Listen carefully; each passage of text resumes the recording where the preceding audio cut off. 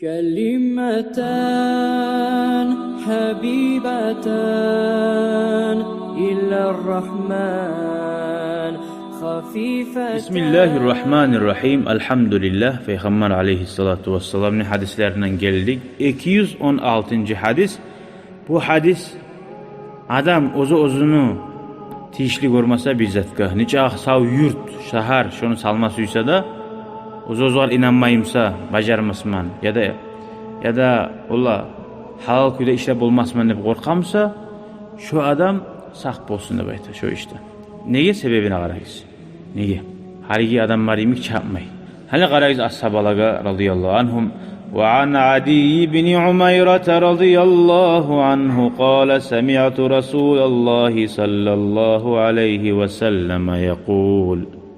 Men eshitdim Peygamber aleyhissalatu vesselam ayta turibdi ayta kim? Umayra ibn Adi. Ne deb ayta? Man ista'malnahu minkum ala amalin. Ne deb ayta? Sizden birigizni men bir ishga bahsh etib salsam negen? Fakatamana mihyatan fama fawqahu. Şu adam ina var, ina. Şunu alip taydirsa, yaşırsa, şunca ay murad, şunca uaqsatni bila turib alim adam, bila turib adam şunu taydirsa yağaga. Xiyanatlık ne bola? Fama fawqahu şundan ulusundan başal yok.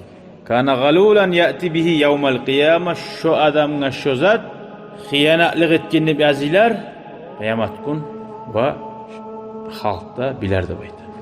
Subhanallah. Şunu alsanı xiyanatlık bulur. Faqama ileyhi raculun aswad minel ansari. Bir kişilerden ansarlardan birisi turdu, aswad deyen. Kaanni anzur ileyhi me oğar garaptır dedim. Faqala aytti ya Resulallah deb aytti. İqbal anni amalaka. Sen mağa bergen işlerini qaytarıp ali koy deb aytti. Men o halda o cehennamına riskavat etmesiyim bu işler saldı deb aytti. O'zga qo'rqqan. Balki men bilib ali qo'ysam. Ali qo'y shu mağa bergen işingga degan. Ya ne bo'ldi sağa? Va malak? Ne bo'ldi sağa deb so'ragan. Qala aytgan Sami'tuka taqulu kaza va kaza ya Resulallah. Men seni eshitdim, sen shulay deb aytasan degan. Qala va ana aquluhu al'an. Men shuni hallangda aytaman degan. Gerçekten şöyle kıyamet gün xiyanatçılıkka sanılacak.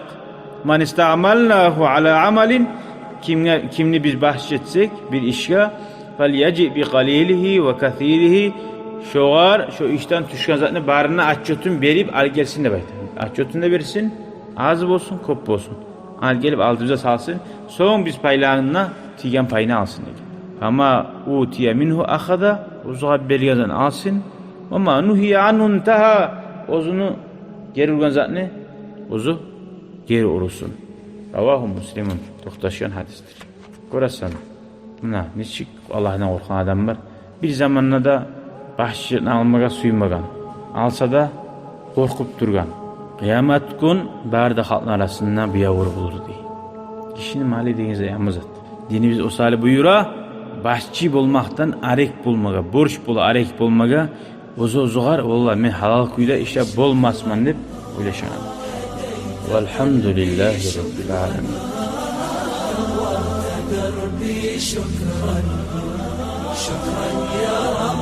شكرا يا ربي شكرا هديت قلبي شكرا نورت دربي شكرا شكرا يا رب